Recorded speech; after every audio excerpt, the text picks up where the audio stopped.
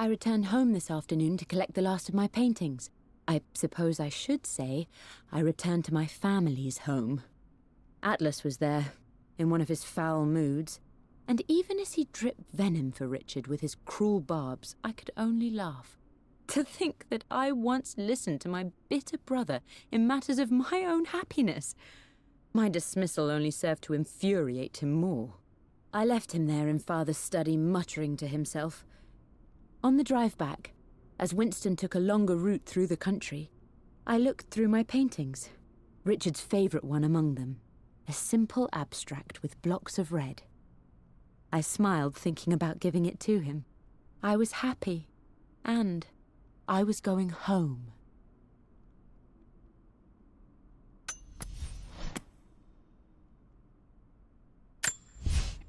For God's sake, memorize the combination, you old fool. Lara's expedition treasure, my favorite painting by Amelia, the day of our wedding anniversary.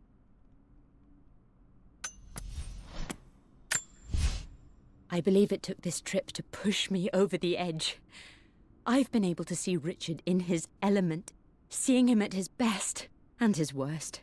I've experienced the purity and chaos of his passion, and I came to realize I want his passion in my life, every day.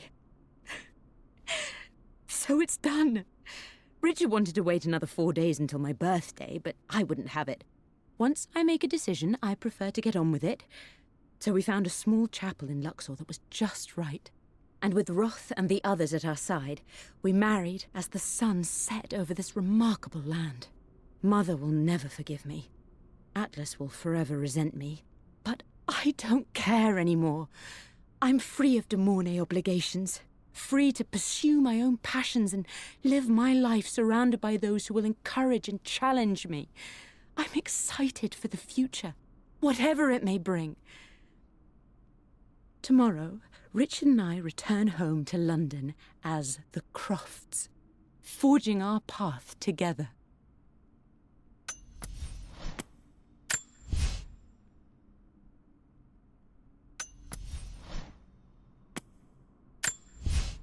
I expected a sort of crushing finality to grip me when we returned to the manor to lay Amelia to rest. Indeed, once the last of my funereal duties were performed, I fully believed that I would crumple to the ground next to her and expire, not from grief, but succumbing to the terrible exhaustion of the last few weeks. Instead, as the mausoleum stones slid into place, I felt a sort of peace and energy, one that I confess caught me entirely off guard. This was not the terminus of our story, and I was a fool to think so. Her body may be gone, but her spirit still resides here, in the manor, in me, in Lara. Her soul is forever twined with mine, and death is just a momentary interruption. I walked out of that cold quiet into a sunlight that burned my eyes, and I have never been more sure. Death is not the end, and there is work yet to do.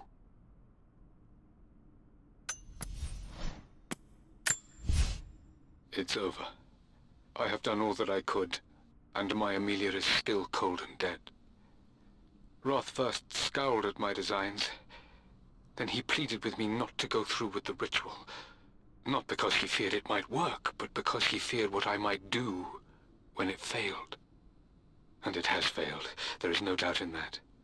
I prepared everything according to my research. When I dropped the stone into the elixir and held it to her lips, I thought for the barest moment that it had worked. The hour was midnight and my pocket watch stopped inexplicably. There was a charge in the air like the moment before a lightning strike. For a heartbeat, I imagined that my life was being drawn from me as one empties a glass in order to be poured back into Amelia. I would have welcomed death if the last thing I saw were her eyes, clear and alive again. But the moment passed. Amelia is still dead, and I was no Orpheus. We will return to the manor and lay her to rest. I owe her that much.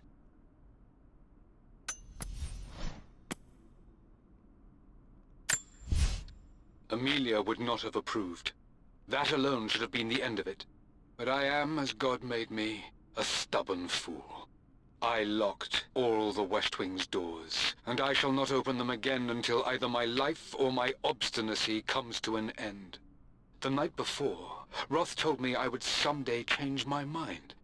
Like a broken arm cast in plaster, he said. The wound would heal, and we would someday shed the bandages to be whole again. The metaphor made me furious. The clumsy way he cast our loss off as nothing more than an inconvenience.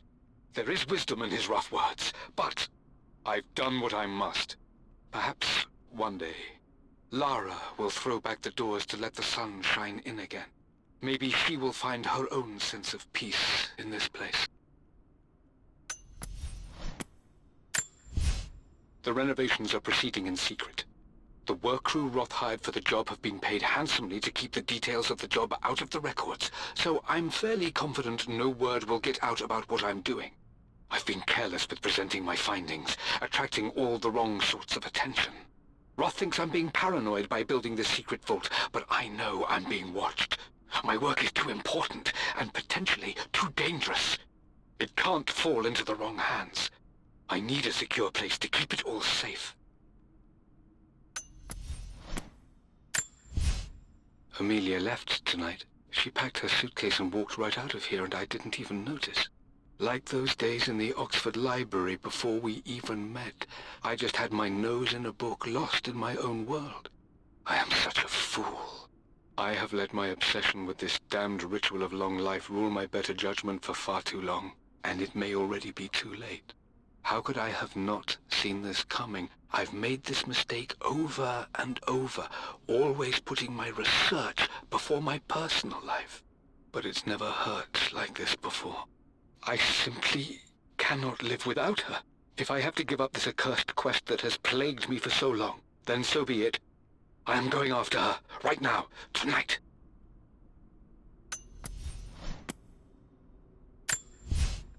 With Amelia gone, the manor is a different place. A dimness pervades, a quiet I can't stand. Even though Lara is too young to understand what has happened, she also senses the change. She's asked after her mother only once, and I'm afraid my reaction must have terrified her. I will need Winston more than ever these next few months to help look after her. I never quite realized how much grief can consume a man, but I am utterly consumed. I know I can't escape the pain, but I will try my damnedest to avoid it. I will seal the West Wing for as long as I live in this place. It will remain exactly as Amelia left it. Perhaps someday Lara can find her own answers there.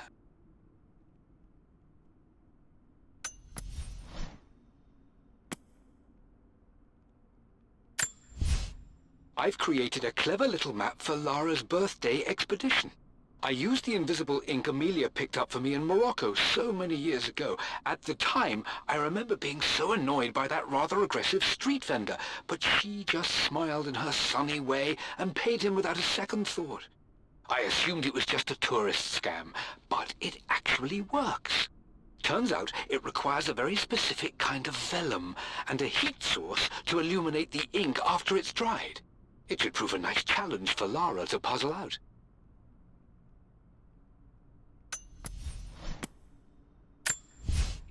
I've reached the monastery.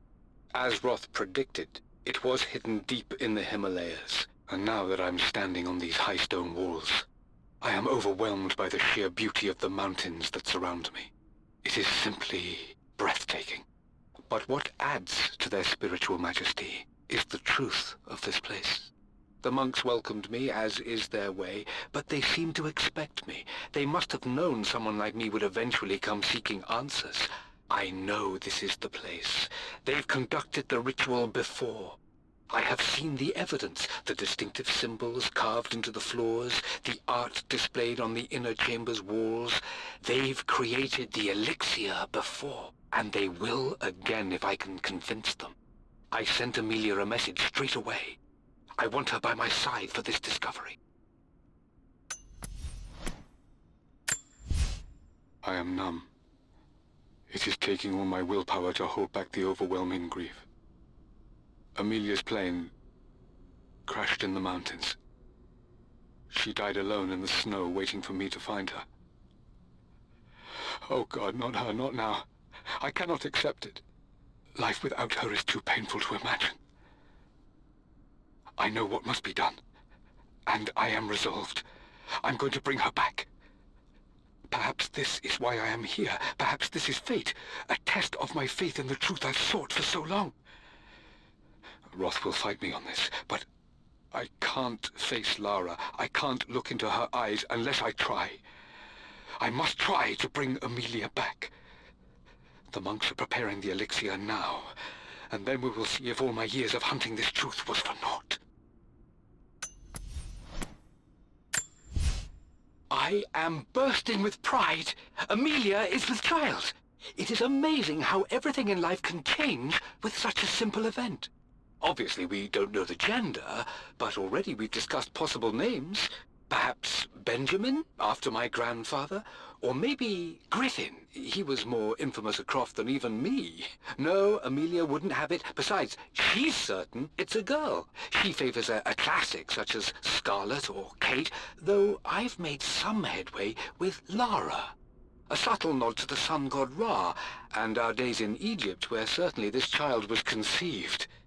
I find myself thinking about this new life we've created, of how much she might be like us. For all my research into myths of immortality, I may have ignored the most obvious answer to the questions that plague me. We live on through our progeny, our genes, DNA, experiences passed through the generations. Perhaps this is the simple truth of eternal life, and I've just been too stubborn to accept it. Well, this is a hell of a thing. I met someone tonight, quite unexpectedly. But it shouldn't have been, it seems.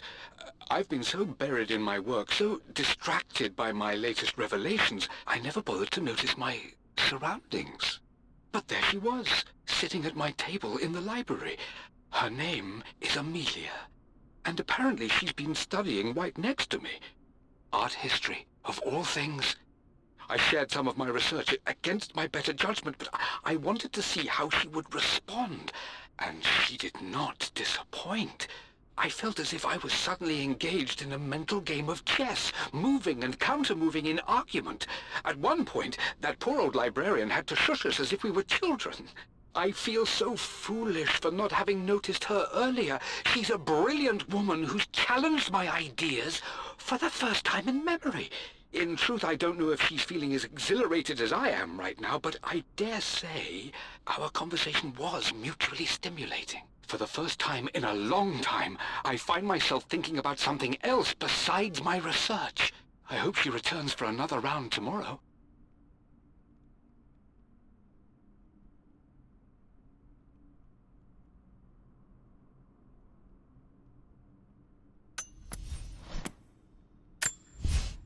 They say a good test of a relationship is how well you travel together. Well, I'd say Emilia and I have passed that test with flying colors. Indeed, these last few months in Egypt have been nothing short of extraordinary. She and Roth get on like old uni chums. In fact, the two have spent more than a few nights drinking and playing cards into the wee hours. Despite her decidedly proper upbringing, Emilia's taken to roughing it more than I ever have. She fits in and connects with the local populace with such amazing empathy. Because of her, I've had a bit of an unexpected breakthrough in my research. She managed to convince an artifact dealer in Old Town to sell me a magnificent and quite unusual Tibetan scroll. From what I can tell, it seems to contain details surrounding an immortality ritual of some sort. I think it's time for me to take the next step with Emilia. In fact, I don't think I can wait any longer. I will ask for her hand tomorrow, in the bright Egyptian sun, amidst the dust and ruins.